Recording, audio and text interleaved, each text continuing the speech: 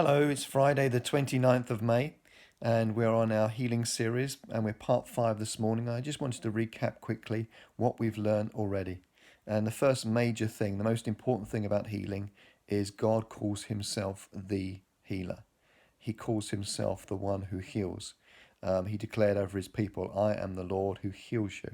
I am your physician. I am the one who cures. And so, first and foremost, we are to seek our healing, true healing, from God. We saw that from the example of the two kings, King Hezekiah. He was sick and he was told he was dying. So he turned his face to God and prayed, and God healed him. And yet, King Asa, he did. It said in all his sickness he did not seek the Lord, but only help from physicians, and he died that year later. And so we see from this that above all else, our healing comes from the Lord. He may choose to use practical methods like putting a poultice on Hezekiah's boil and physicians. And we thank God for those sorts of healings. But we are ultimately to seek Him because He is the healer. And also, we saw in the story yesterday of King Abimelech that actually disobedience, sin, brings sickness. Now, that might be shocking to hear, but when we realize that God is a God of healing and not a God of sickness, and that in the beginning and at the end we see God as a God who wants to bring peace, shalom, and blessing. In the beginning, God wanted peace, wholeness. Shalom means wholeness, nothing missing, nothing broken, and He gave blessing to Adam and Eve. But sadly, because of their disobedience, the curse entered the world, and so did sickness. But at the end of the Bible, in Revelations, we see once again shalom, that wholeness, that peace of God restored, and the blessing in all its fullness once more. There's no more crying, no more death, no more grief. He will wipe away every tear.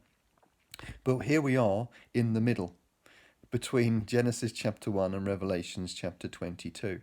And so we do see sickness in the world. And it's quite clear that sickness and disease comes because of sin and disobedience.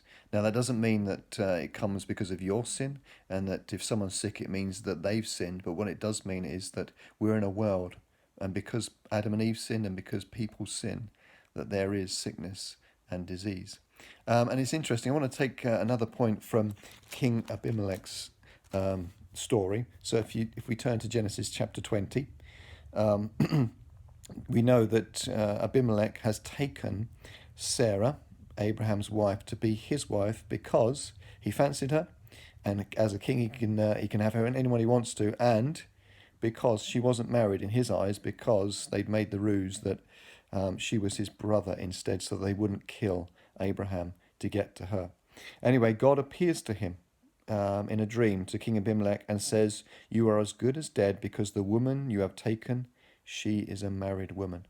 Now, we realize from reading later on that what had happened was that a disease or a sickness had entered the king's family, his court hold, his servants, and none of the women were able to have children. So we're guessing this is over a period of time this disease has developed. But it's because of the sin of the king.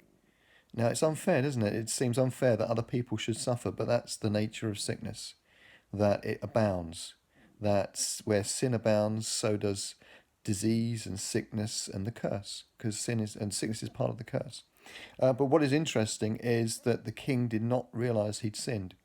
But God, in His goodness and His mercy, appeared to him to let him know, you've done wrong, and I want you to do right. Isn't that amazing?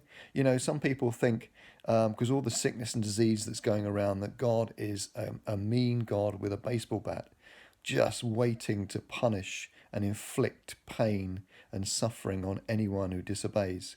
When actually the opposite we see is true here, that God approaches this king who doesn't realize he's sinned and says, do you realize that you've done wrong?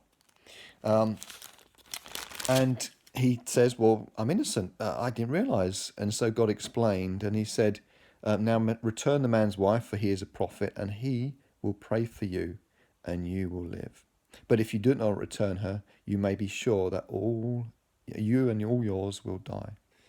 Isn't that amazing that God doesn't want people to be suffering?